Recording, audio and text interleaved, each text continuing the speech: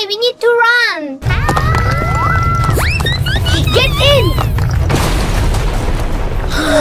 Oh no. Do you know why earthquake is dangerous? No.